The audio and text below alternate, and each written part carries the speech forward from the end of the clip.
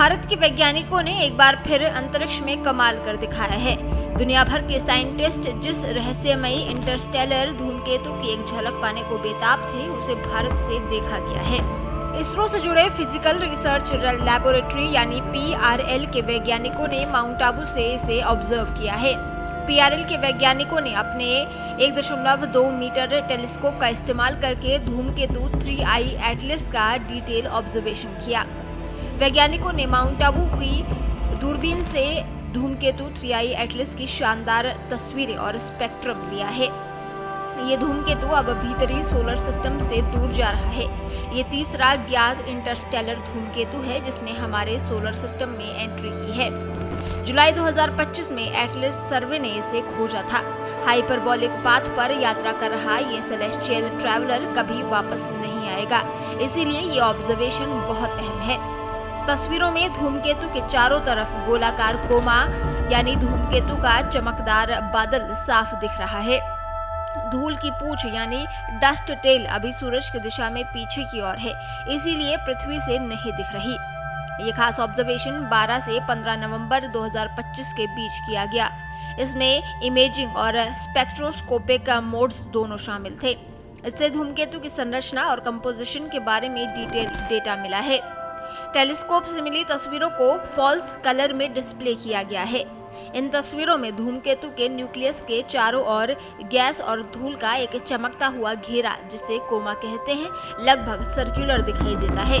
ये कोमा तब बनता है जब सूर्य की गर्मी से धूमकेतु के न्यूक्लियस पर जमी बर्फ भाप बनकर उड़ने लगती है।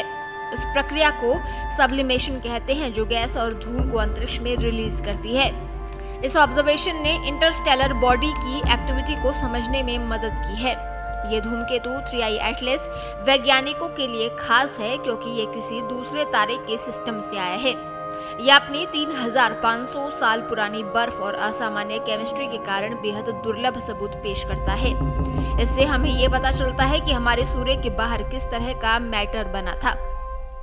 दूरबीन ने धूमकेतु की धूल की पूंछ यानी डस्ट टेल को भी देखा। ये पूंछ सूर्य से दूर धूमकेतु के पीछे फैली हुई दिखाई देती है। डीप वाइड फील्ड और मल्टी बैंड इमेज में इसकी आयन पूंछ यानी आयन टेल भी दिखाई दी। आयन टेल वो आयोनाइज्ड गैस होती है जिसे सोलर विंड आगे धकेलती है। PRL टीम ने स्पेक्ट्रल डेटा भी इकट्ठा किया।